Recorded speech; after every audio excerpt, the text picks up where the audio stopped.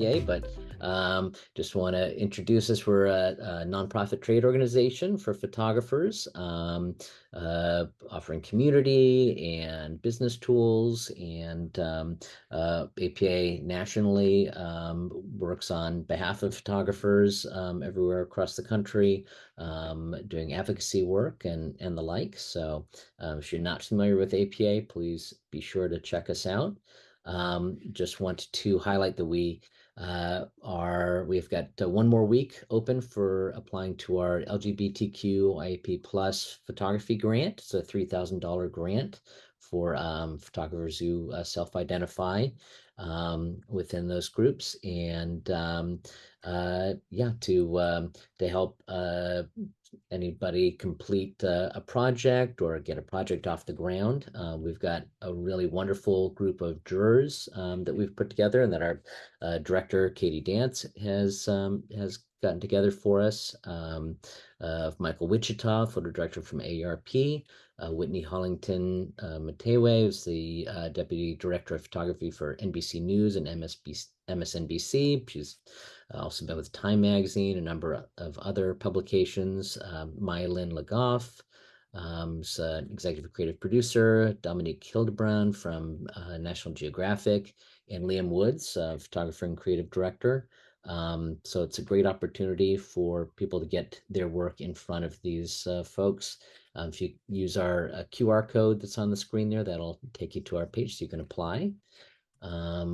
We've got a few other upcoming events. We're returning to our monthly coffee breaks. That's going to be happening Saturday, July 13th, and that's at the Kogod Courtyard at the National Portrait Gallery. Then we're going to have the first in a new series, Business 101, that's going to be registering your copyrights, a step-by-step introduction, and that's hosted by photographer Steve Buchanan. So please be sure to join us for that. That's going to be on Zoom, July 16th. Then the following evening, July 17th, we've got a happy hour, photo happy hour at Metro Bar in DC, and that's an all ages venue. So please come on out and join us for that.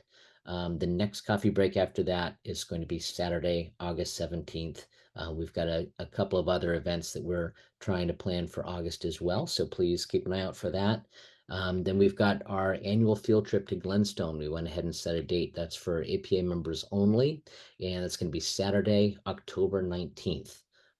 So it's a limited space. We're going to open registration on October 1st. Please be sure to join us for that. It is a truly remarkable museum experience if you've never been.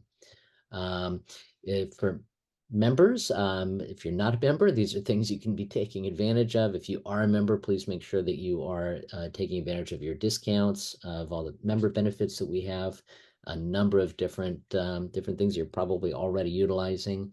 But if you are not a member and you're interested in becoming a member, you can use our discount code. That's DC1 for 20, and that's going to get you $20 off of any membership level.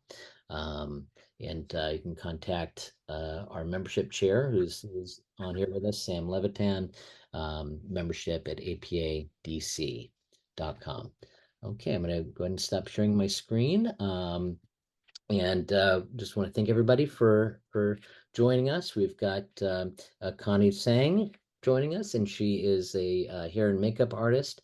I've worked with Connie for many years, as have a number of us on this call. She's going to go over a presentation on how we can be using a hair and makeup artist in some surprising ways. Okay, Connie, I'm going to let you take it away. Thank you so much. All right, thanks so much, Mike. Thank you also for hosting this wonderful series. I've been watching some of the recordings and learning a lot from my peers on the photography side. So today I wanted to spend some time and talk about how do we make magic with hair and makeup. Now we know hair and makeup, the makeup brush is not a magic wand. We've heard that a lot, but that doesn't mean that we can't make some magic happen in front of the camera with the help of each other. So here's the agenda for today. And let's see. There we go. So we're gonna first tell you a little bit about who I am for anyone that is watching the recording, or for some of the people I'm here with not work with. Who is who in the vanity department? There's some terminologies. We're just going to do some level set in case someone is newer to the photographer industry here. Why hire a hair and makeup artist? What to look for in a hair and makeup artist based on the job you have. Let's say you got the job, then how do we work together before, during, and after the shoot for best results? But some myths, and then have some time for some Q&A. Okay? So to start, my name is Connie Tsang. I'm a combo hair makeup artist. That means I do both hair and makeup. I've been in the business for 17 years. My market is DMV, so this is where I call home. Love it here. Uh, I started as a portraiture artist, so I was drawing people, and then one day I ran out this color for the cheek, and then that just happened to be like a compact blush laying nearby, like something like this, and I just opened it and then dab some color with the brush that I have on there, and I was like, oh, let me do it on this paper and see how it goes. And then it looks wonderful. It's like, okay, well, now I'm spending all my time recreating everything from paper. Let me see if I can do this on people. So that's how I got started as a makeup artist. And then that was back in 2007. And then a couple years into it, I realized that, especially in Western culture, hair is the thing that people tend to notice when they are 500 feet away from someone. As they move closer, they start to notice the makeup. So hair almost has a little bit a bigger impact on the overall image of a person. And I realized that just knowing makeup put me at a disadvantage in having a fuller control of the final results. So I picked up hair, and now I'm a hair and makeup artist, and I'm loving every second of it. As far as how I got here educationally, I entered the industry by way of learning about HD television. Back in 2007, 2008, when HD just started coming on the scene, and people realized that RMCA cake makeup can only take them so far because you can see all the patches on the HD screen. So I started learning it the HD way, which means it's very light-handed. And then I started working with CNN, and CNN has the filter, but if someone shows up 2 minutes before shoot, like some certain anchors, you can pat their face on, and then there's a filter of it.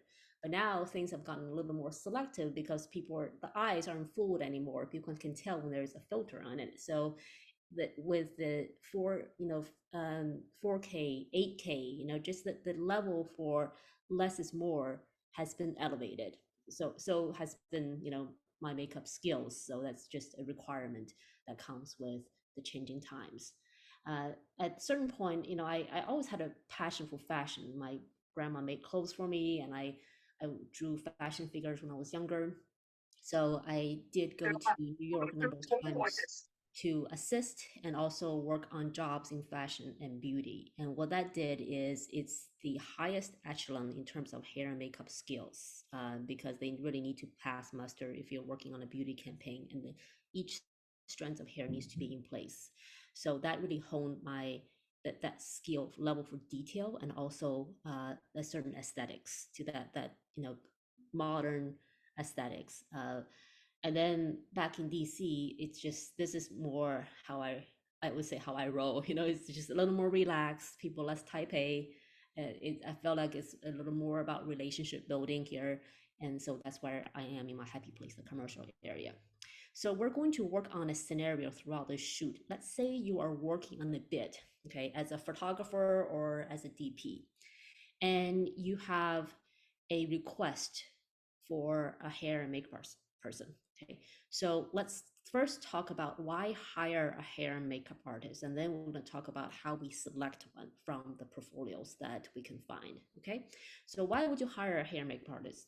First of all, obviously, is to elevate the quality of your work. So we all know, we've all seen the before and afters, right? And how the after just makes that person look instantly more credible.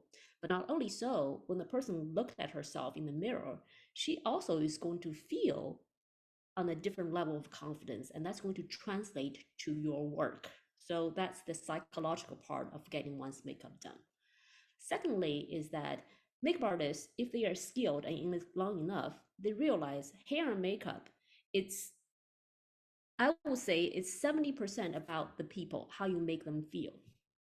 30% is about how you make them look. So I spend a lot of time building relationships with the subject in the little time we have, sometimes before the shoot even happens, to ask them if you have any allergies or sensitivities, let me know. Here's the list of things you can do to make your skin and hair in best shape for the shoot so you look fabulous, or uh, but just make them feel comfortable, so because they are my client on set in a way, because ultimately my client is the photographer or the client that hired me, but I want to make sure that people in my chair feels confident, so when they go on your set they are already warmed up, hopefully, and you can jump into your shoot as soon as possible. Okay, so related to that is speed up your shoot. I'm there to help them look and feel their best, and also I can, make the jumping and do the touch up quickly, so you can get things in camera as much as possible, as opposed to relying on the touch up in post, which comes to number 4 is reduces your touch up time. And then number 5 is that I think it shows the client that you work on a different level. If you show up with a hair and makeup artist, right? The client knows you get it covered. The client can actually give you some slack where you set up your lighting, work up your angles, because hair and makeup is kind of like the shiny object. People like to gather around the hair and makeup chair. So it takes the pressure off of you answering their questions and having them watch you like a hawk while you set up your stuff. So that's something I can think of. But if there is something that you want to chime in, definitely type in. I think we're a little bit restricted on time here, so I'm gonna move on. But we're going to look at the comments at the end, and Mike said he will be answering all the questions at the end. So feel free to type in what else you think a hair makeup artist can help, okay, on site. Now, let's say that we already established we need a hair and makeup artist for the shoot we have in question. What to look for in a hair and makeup artist. Okay, so let's just do some exercises here. I'm going to give three scenarios. Right? Instead of answering the question right away, let's say this is a mood board, your inspo, okay, on the left. So you're asked to shoot this very important lady, and this is your inspo picture, or this is the picture you have in mind. And then on the right are a series of pictures from different makeup artists, and let's say each one represents a makeup artist. So you have 4 makeup artists. So I would like you to let me know in the comment, or you can just say out loud, which one do you think would be the best candidate for the shoot on the left you're doing for the hair and makeup department?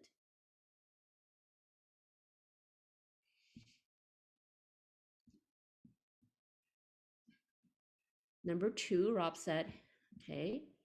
2, wonderful. 2, Judy says 1, okay. So Judy, would you tell us why you think 1 would be the best fit?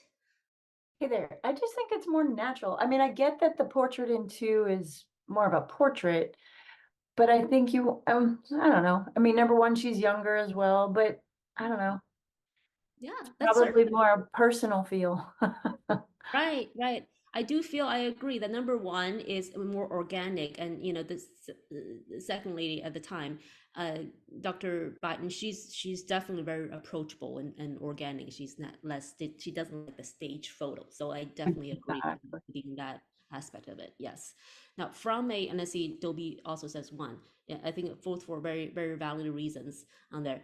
Now, I do want to point out, let's go through each one of them first, and then I'll let you know which one that I personally think would be a better fit on here. Number 1, I agree. It is very organic. It's clean makeup, just as the subject on the left would like it mostly. However, this is a very young girl. I think she's 18 or 19 at the time. Doing makeup on a young girl is very very easy compared with doing makeup on someone that's middle age and up, especially on females. So if we are looking at, let's say, I probably posited the question better, if we're looking at the portfolio as a predictor of how competent the makeup artist is going to be on your shoot on the left, I think number 1 is probably too optimistic for us, because this is the easy peasy of makeup. Model makeup is easy in technically because model has flawless skin, especially if they're young, right? So we kind of want somebody that can actually work with the wrinkles, work with the crow's feet, work with the eyelids and the way they want it on here. So we need a little bit more of a corrective makeup. Okay, let's go to number 4 here. Nobody says number 4, I think for good reason, right? Because this is more of an ethnic wedding type of makeup, and their skin tone is different as well, so it's not a good predictor.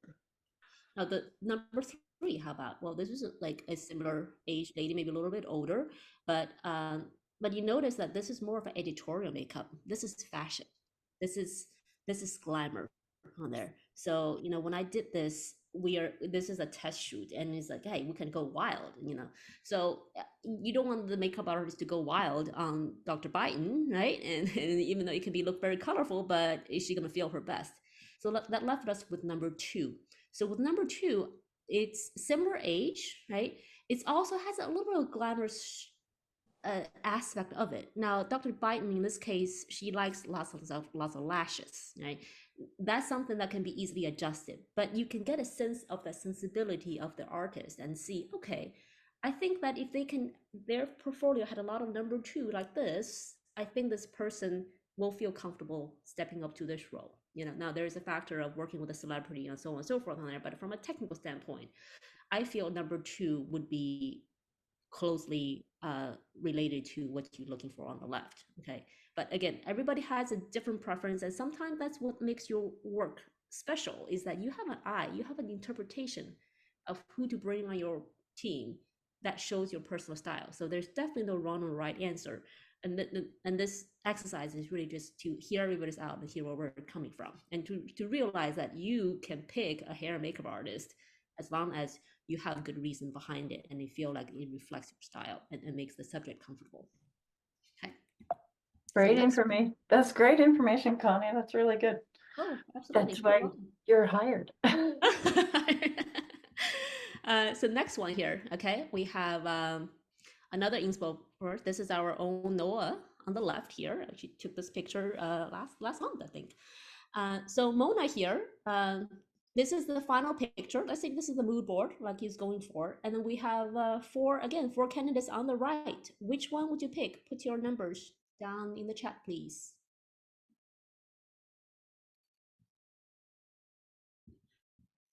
Okay, we have number 4. Number 4. Sam is number 3. Okay. All right, Judy again, number 3. All right, Sam, what would you do number 3? Let us know. Oh, so I'd choose number 3 just because like the lighting is similar. It's professional but less fashiony. So it has a similar mood to what they're going for. The other ones, like the hair is more sculptural and all that. And while I love number 4, it's a different aesthetic. You're very humble because you took number 4. Yeah. Mm-hmm. Yeah, I see where you're coming from, right? Though we said 3 and 4.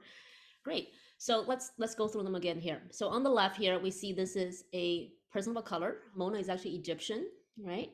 And think about here, we are looking at hair and makeup, where our, yes, the lightings, the studios is certainly important, but in this particular scenario, we're looking at the hair and makeup artist skills, right?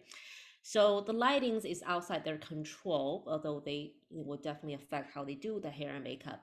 But number 1 here, okay, we see that this person, the skin tone is very different from Mona's. And number 2, again, person of color, but she's Asian. The Asian skin tone is also very different, from Mona's skin tone here. Number 3, again, skin tone is very different. Notice that I'm honing on skin tone a lot. When it comes to makeup, especially, skin needs to look like skin, no matter how you light it.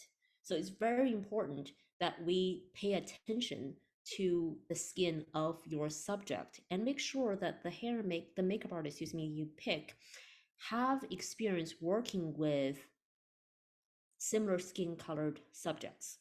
because it's a different discipline almost to do makeup for darker subjects, because their color can easily appear ashy, and that's because they have multiple undertones. Okay, Caucasians can have 1 or 2 undertones. African Americans can have multiple undertones depending on which part of the face you're talking about. So it's very important that you don't have to be an expert in doing makeup, but know that what is a good reference for what you're looking at. So in this case, just from a makeup standpoint, again, I would go with number 4, because it gives me the confidence that this person has experience working with person of a little darker skin tone. And even though this is outdoors, the light is more forgiving, and then Sam lit this beautifully. I still want to make sure that in a studio setting where the light is a little bit hotter and is less forgiving, I get myself covered in terms of the person's skin color. Because if not, we don't want them to look ashy, and we certainly don't want them to look, feel self-conscious about it. And that's actually the number 1 concern for subject of color.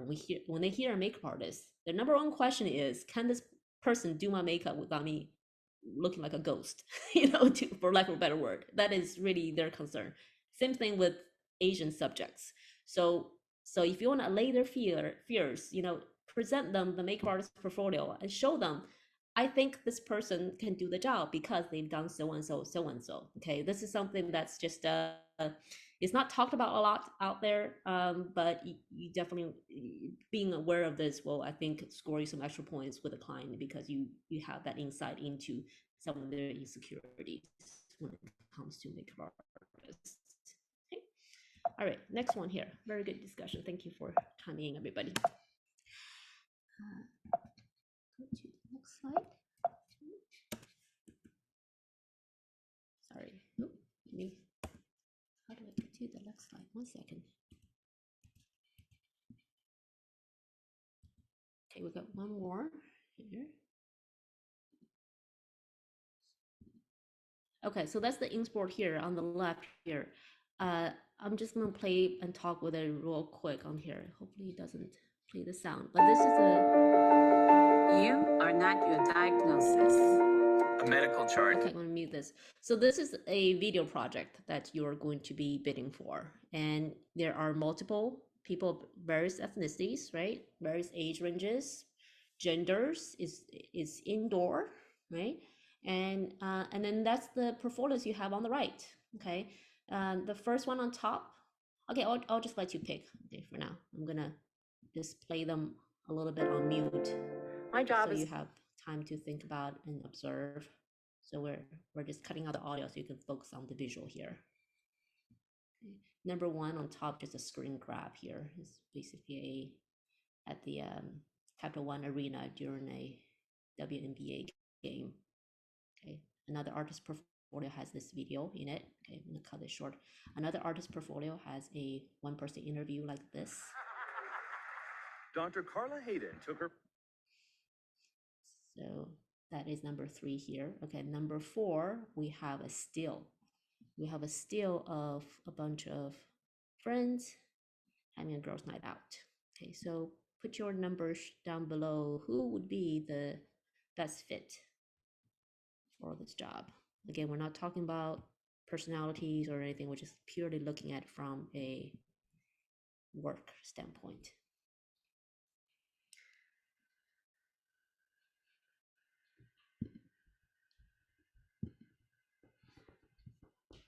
Okay, number 2. All right, we got a lot of number 2s.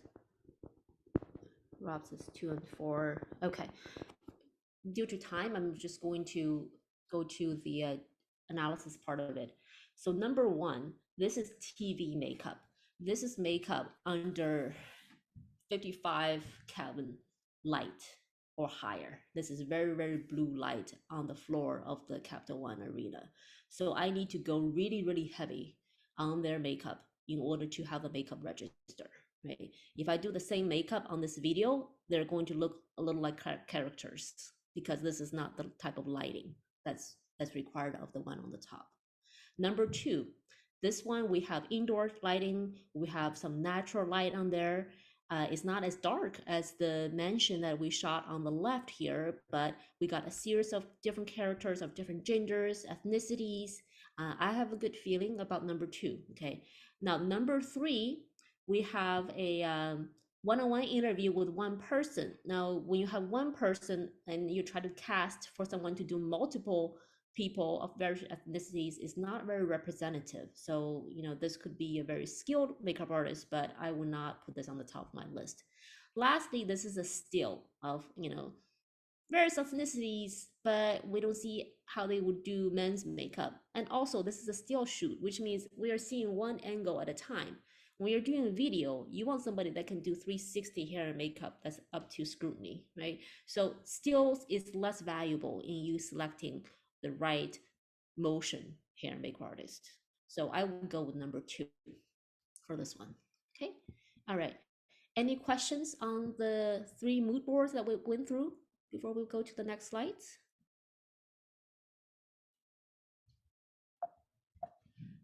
Okay, wonderful. So I'm gonna go forward to, excuse me, I'm going to zoom in a little bit so I can go to the next slide here. I'll let somebody know a shortcut. I don't know why it stopped working all of a sudden. Right. Okay, so what to look for in a hair makeup artist. So in summary is portfolio fit with the inspiration and mood board, right?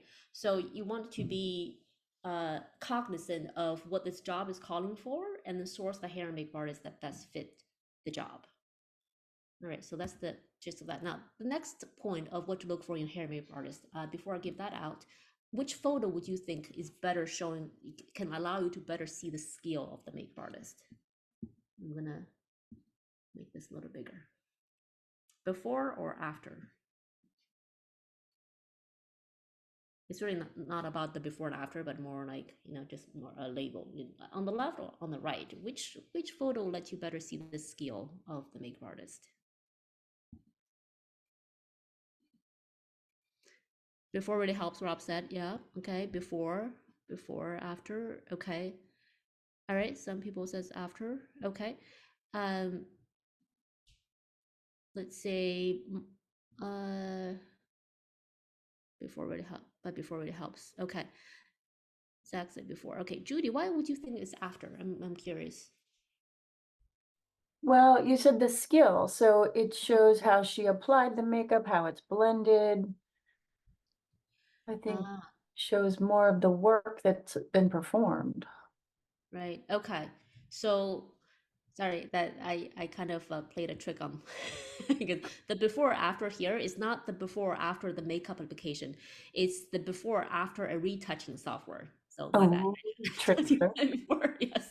So Boter.com is like a retouching site, and they have this drag and drag thing where you can drag to see how well their software lets you retouch something, right? So this is actually the same person with the same makeup.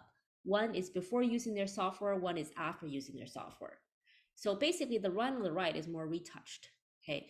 Now the one that's on the left here, it's for me, if I'm the person selecting the makeup artist, I can see the freckles through, but I can also see this is not a bare face. There has some color on this face on here.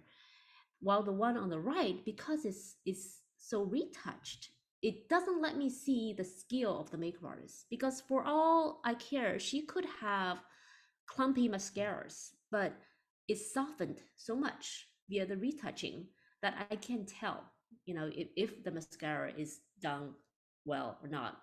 If you're going to take a video or you're going to do a close-up and you're looking at somebody that is studying under a microscope and you're zooming in on their lashes, if they have clumpy lashes, that's going to take the attention away from whatever the subject of this environmental shoot you're doing, right? So when again, this is strictly looking at hair makeup portfolios. You want somebody that has a portfolio where you can see the skin's texture, where you can see the shine on the skin, okay, where you can see each individual eyebrows, right, if it's close enough, because that tells you that this person is detail oriented enough, and also can tell you if this person is applying foundation in a way that is believable. So the before one give you a better picture of the skill of the hair makeup artist. Although I do agree that the after, it looks a little bit more, done in a way, and some people may think it's too retouched. Some people think it's just enough. That's totally fine. But again, when it comes to selecting a hair makeup artist, you want to see how the sausage is made. You don't want to see like the final well packaged product Amazon style. You want to see how they actually put this together, right? So that's the more behind, I guess, this slide on here. So go to next slide here.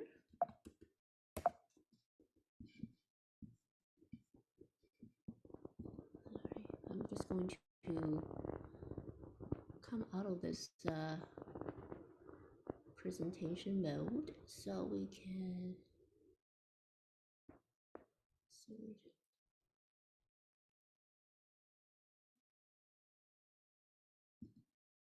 There we go. Okay. All right. So next one is artistry skill, minimal retouching in portfolio, right? So when we are in makeup schools, it emphasizes very, very highly that if you want to really show off your skill, do not retouch the photos a lot, right? Now, next one here, what to look for in a hair makeup artist, I think, is fit with your team. You want someone that can have a good personality, good workflow fit with your team here, right? So which means that we need to get to know each other before the shoot. It's a little late when you have a big job and you need to submit a proposal to offer to meet up with somebody, so, or jump on a call. You can, yes, you can fling someone, but it takes time to get to know someone. What do we look for in a partner on the hair makeup side? You want to make sure you have similar working styles. If someone is likes to get their makeup done before they have their subject step in front of the camera, that might be a little restricting if you have a tight deadline to get a shoot done, and because the executive needs to go to a meeting. So you want somebody that's flexible, that can finish their work in front of the camera while you're doing the test if possible. Personality, if you are, go with the flow, happy-go-lucky, and that person is a type A, you might drive each other a little crazy, and the client may not want to see that, right? And then the workflow too, if they want to do hair first and then on the makeup later on, but it's easier say to do makeup on site, on the set, but then they have to again get everything done. So again, it's nothing right or wrong, and different market may actually predispose someone to working a certain way, but just want to make sure there's a good fit. So and there's nothing, feels like you're working with a great team. Like Mike always take good documentaries of what I do in the behind the scenes, so I appreciate him like posting this. But yeah, I feel the same. When you're working with a great crew, time flies, and that's why we enjoy what we do. So how do you get to know each other? I am a big proponent of phone calls over text. So ring or ping, just pick up the call and call each other. I actually do that all the time with photographers as well. Coffee meet, propose to meet up for coffee, and test shoot. This is on the right. It's actually a test shoot I did with Noah. This is just shortly after. We might have done one job together for AARP, but this is like one where it's a little more stylized, and we just did a test shoot, and I can see his thinking process. There's no client involved. Everybody's guard is a little more let down, and it's just a really fun day. And that's where we saw Rob, by the way. So try again. The tip is try to avoid engaging a new hair makeup artist for a big job unless you've done at least one of the above. So that there are can be relied on in front of an important client, and also they can produce. All right, next one is, let's say we found the makeup artist and hair artist candidates. So nice, let's go and pick up the call, right? We pick up the phone and call them. For this part, we know most of it, but I just want to point out one thing, something to never ask a hair and makeup artist if you want to get the most value from this relationship, okay? I'm just gonna go to the answer here because of time. That is, what's your rate? Every every month I get at least 2 emails or calls from mostly producers actually asking what's your rate, and that's it. Like that's, oh, we have a shoot on such and such day with 2 people, you know, what's your rate? Now, I've been in this long enough to know there's always a follow-up question I need to ask for that. But let's say if the person is newer in the industry and they really want to get this job, and they answer, they said, oh, my rate is $500 a day. Okay, deal, done. That person shows up the day of, realizing, well, it's actually 3 people because the boss decided to be on the camera as well. They actually going to change location in the middle of the shoot, and they would need some tattoo coverage for somebody that's going through a tattoo removal and their skin is all bumpy and red, and they're doing video. Guess how happy that person is going to be, the makeup artist showing up for $500 a day for that. And that person may not say anything, but you're going to feel the morale affected on your shoot. So either way, it's best to set up a professional tone to begin with, and also make sure that the makeup artist knows what they're getting into. So instead, I would ask, what information would you need to provide an estimate, right? An estimate means that this is not a commitment. This is based on certain conditions. It may change if there are more people shows up to the shoot, or if the time got lengthened, for example, right? And that also let the makeup artist better understand your project, so you have a conversation, a dialogue going on. So again, that's the reason why I think, what's your rate? It's something that may shoot us in the foot ultimately on both sides. So definitely do a little deeper dive and ask them, put the ball in their court. What information do you need from me to provide that information? And I have to say, everybody on this call that I know I work with, they that's how they roll. They provided me with as much information as they have, and then ask me, if they have any questions, and then I would present the estimate based on the job. I don't have a set rate per job. So hopefully that will, if you have someone that's newer and you're mentoring, this is something that I, as a makeup artist, you'd be doing us a huge favor to pass on this tip for them. All right, let's say you won the bid, so congrats, woohoo! Now we're going to be working together, right? So what do we do before, during, and after the shoot? Before the shoot, this is what, from a pro to pro level, that I do with the photographers I work with, right? Or the client, if mostly the photographer find me the client, and then I would, do the deal memo with the client where we talk about the rate and the terms. I always have something that's in writing from the client about payment, about the shoot, about how many people we're doing ahead of time, right? Also, the inspiration and mood board, it can be very helpful to the makeup artist. You can have that available. As far as once you see the inspirational mood board, the makeup artist should provide any hair or skin preparation notes for the subject. If they're a busy jet setter and they don't have time to get ready, that's fine. But at least that information is available for the client to see. If I want best results from the shoot, this is how I can get myself ready from skin preparation and hair standpoint. Usually just clean skin and clean hair for me. The timeline of hair and makeup shoot. If you have a group shoot, the hair and makeup artist can do a lot to help you keep the shoot on schedule. And that is when you have a conversation about, when is the call time? Is there flexibility in the call time? When is the start time of your shoot? And are people going to come in staggered? Things like that, because that allows me to come up with a schedule that says, I would like John Smith to be in my chair at 9 o'clock to do his hair and makeup to 9:15. And then from 9:15 to 9:20, I'm going to have so and so to do this. And then also, if it's the type of shoot, I can also put the photographer's time next to it. So if you have a 10 people headshot, I almost always have a time slots for everybody for hair and makeup and possibly for the photographer shoot. So they know that if they're taking longer in front of your lenses, they are actually taking up other people's slot in front of your lens. So we keep them moving. And a lot of the setup expectation setting is by just having a piece of printed paper or share that with your sponsor so they can propagate the message downward, right? That for a shoot to stay on time, there's a number of things that can be done ahead of time. So, and a hair makeup artist that can help you with that.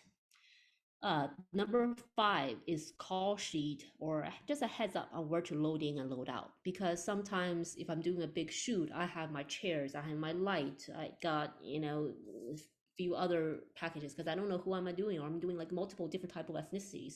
So I might have like a wagon with me. It's very important that I prefer to have a place where I can unload. So that way I'm not dragging all through the parking lot and trying not to get hit.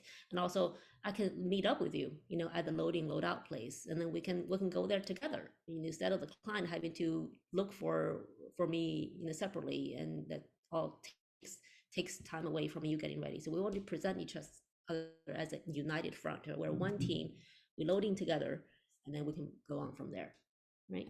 So during the shoot days here, it's I highly suggest you take time before your hair makeup artist, start working on the first person.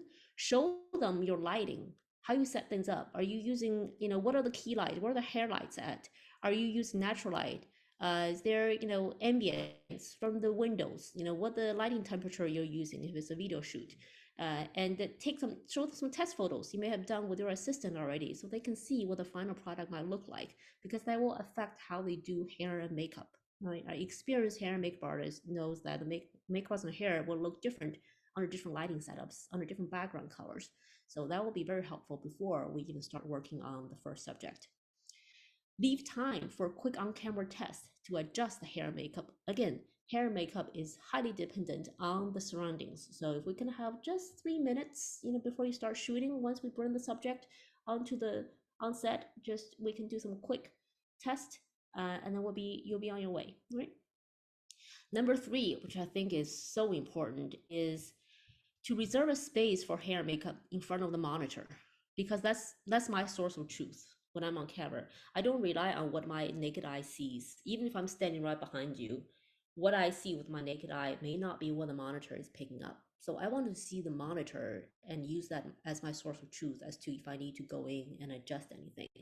Oftentimes what we have is the clients have their whole crew, including the summer intern, all the way to director level. They are just watching the monitor like a hawk, and I have to like squeeze my way through, to see it. And the longer it took me to get to that monitor, the longer it's going to take you to get the right shot sometimes. But so it's very important, if you could do me a favor, just get the message to the client or to the, to the other people in front of the camera if you're in that relationship with them. So, if you could do me a favor, just let Connie, have this spot for her, and so she can look at the monitor as I'm taking it. That will save us a lot of time. We'll all be able to get out of here faster, right? So that will be very, very appreciated. And whoever makeup artist you work with, they're going to really appreciate that you have thought about this from their perspective. Next one is touch-ups. This is a discussion that's kind of person to person. I know Mike is very liberal and generous with me just jumping in, just as long as I give him a heads up, I'm jumping in. But there are other people that just want to say, once I'm going, I don't like to be interrupted. I'll give you a break to do the touch-up, but I don't want to hear, can I jump in for touch-up in the middle of a shoot? And that's totally fine. Everybody's style is different. So it's important to have a conversation ahead of time. How would you like touch-up to be done? How often, or how do you want to be signaled that there's a touch-up needs? And then related to that, especially for video, it'd be very helpful to have a final look call. Let it just say, final look. That means that before you start rolling, the hair and the makeup person, even the wardrobe person, they hear you. They're going to do their final looks there, and then they're going to be out of your way, right? That's going to reduce the need for touch-ups, as opposed to, we're going to start rolling, but not giving the vanity department a chance to do any final adjustments and just go from test straight into the final shoot. Yeah. Okay. So post-shoot, Sharing of the high resolution photos of the shoot, I think is still very appreciated. I had Noah yesterday share the high res that we did together, which I really appreciate. I didn't expect it honestly those days because social media. But I always save the high res photos because it allows me to put it on my website. I don't crop the photos without the photographer's permission. But it just shows so much better if I can have a high res, on my portfolio on there. But that's, I understand if that's not feasible, and also sometimes the client has a certain right to the photo, so no worries. Behind the scenes sharing guidelines, if you have anything that you don't want to be shared before the publication date, let the hair makeup artist know, because even though I'm a little old school and I often forget to take any BTS until it's too late. A lot of the younger artists, they're gonna assume that this shoot is open for BTS for social media unless you say something. The camera is on. Sometimes they're videotaping the subject on there. So just make sure that guideline is clear. They can take it, but when can they share it? And then debrief. If you especially if this is your first time working together, or if there's something that needs to be improved for next time, excuse me, just have an informal debrief, even on your way out packing, that would be very helpful. All right. So here's some myths that I would like to point to. There are two of them really. First one is, natural makeup is easier and faster to do than dramatic ones. Right? I hear this a lot. Is that, oh, we got the shoot coming up, and really no frill, just powder and shine, making them look natural, minimal makeup. What's your rate? Now, the reality is, from a makeup artist standpoint, or even a hair artist standpoint, for something that is a little more dramatic, like a smoky eye, this can take 30 minutes and 5 years experience. You can do it. For something that is more natural, this takes 45 minutes and 8 years experience for me personally. It's because that the less there is on the face, the more the eyes can go into the imperfections in the area. So if there is any dark circles, if there's any discolorations in the eyes, there's less shiny object, if you will, like a smoky eye, to distract the attention of the viewer, right? So it takes more skill to do a light, clean makeup. The hair, she had stick straight soft hair. This is created to look like this is her own texture. This takes time, versus this is, it's a blow dry and then roll them up in some pins, and that's done. It looks like it takes more time, but this actually took longer than the look here on the left. So I would just say, when you hear natural clean makeup, especially on an older woman, it's more time and more work. The second one is kind of related to that. That is, men's makeup is optional. I would say yes, it can be optional, and some men, I would say, they have better skin than women. Okay, especially those days with men's skincare. So the reality is, it's what the brand is looking for, and also how does it make them feel. If they don't feel like confident and strong with some makeup on, they're great with it, great. But if they feel self-conscious with it, then you're probably better off not having a makeup artist, and then just do a little bit more retouching in post. Okay? So I know we're almost at time on here. Do we have time for Q&A, Mike, or? Yeah, we can fit in a few really quick. Now, there were a couple in the chat here. Dobie had a question about fees. Personally, do you tend to charge an additional kit fee depending on the job, or do you try to build that into your overall fee? And Yeah, great question. So for kit fees, the kit fee applies whenever there is video. So I charge a separate kit fee for the video. However, I also work with the production. So let's say certain production that just have a higher budget for expenses as opposed to labor cost, then I can move some of my labor cost to the kit fee area. But for still, there's no kit fee. So, and I just the still is also a lower rate for me than video, because again, as I said, videos is 360 and it's much less forgiving for retouching also. So I do charge a little bit higher for video compared with stills, but kit fee is just for video. Does that answer the question? Okay, excellent. And then did you have a follow-up, Dobie? Sorry. Oh, sorry, I was muted. No, I did not have a follow-up. I mean, I've worked with hair and makeup artists before, and I know some do charge kit fees, some do not. So I was just curious. But no, thank you for the presentation. It's very informative. Pleasure. Thank you for being here. Great. And we had a question from Bill. He wanted to know, when it comes to doing test shoots with new photographers, what aspects go into making a decision to work with them on your Yeah, part? great question. So for me personally, I'm looking at the photographer's work, obviously, looking at, you know, how much retouching they do. That's probably the most important thing. If there's photographers, you know, everything's very airbrushed. I know that I can't really get any work that I can use for my portfolio because, again, as we said, for makeup artists, you know, we want portfolios that has minimal retouching. The second is, you know, do I need the type of work in my portfolio that the photographer has to offer? So if I don't have a certain shoot and that's the type of shoot that I want to add to my portfolio, then we have a, you know, potential opportunity there to work with each other. And then also I think it's in terms of the quality of the photo. So if, you know, if someone is beginning photographers, I think you're probably better off to look for someone that is either a beginning makeup artist or maybe a little bit more experienced, but that doesn't have the type of photo that you have.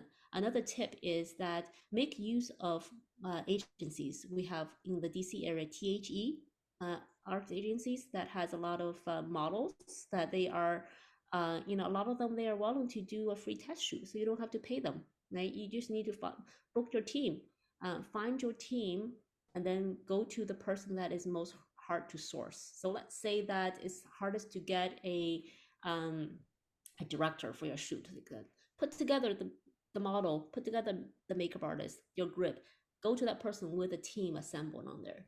So there's a lot of opportunities where you can create some great work that's going to elevate your portfolio instantly just by way of test shoot. Great Okay, question.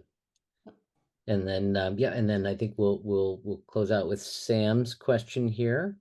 I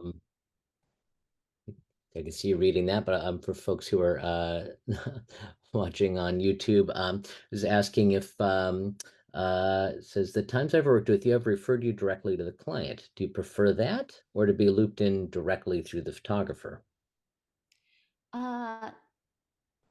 I think, Sam, I really appreciate all the referral you given me over the years, and everybody else spoke very highly of you.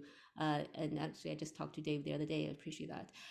I think it's either way is fine. I would say whatever makes it easier for you. If you feel that the client is sold on a makeup artist, fine. I'd be happy to talk to them directly to save you some time from doing the liaisoning.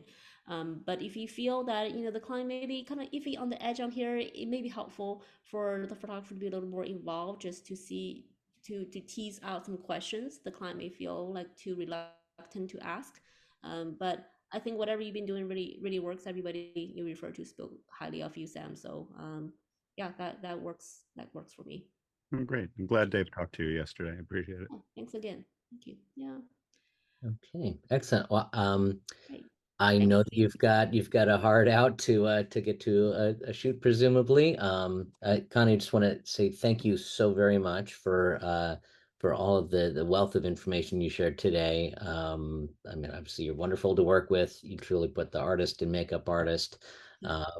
So yeah, and some wonderful tips that even though I've worked with you for probably 10 years now, I picked up some really good tips today on you know, helping to make you your day a little easier and more successful, and obviously you know, that's gonna lead to great outcomes. So I thank you Thank you, so Mike. much I'm truly sharing. blessed to have such a active APA chapter in, you know, at the backyard here, and I guess you all do so much behind the scenes to help us work in a collaborative fashion. So thank you, everyone. Thank you, and Thank you, Connie. We're lucky to have you in our community. thank All you. right. Well, thanks everybody for joining us, and yeah, we'll hope to see you all at the next event.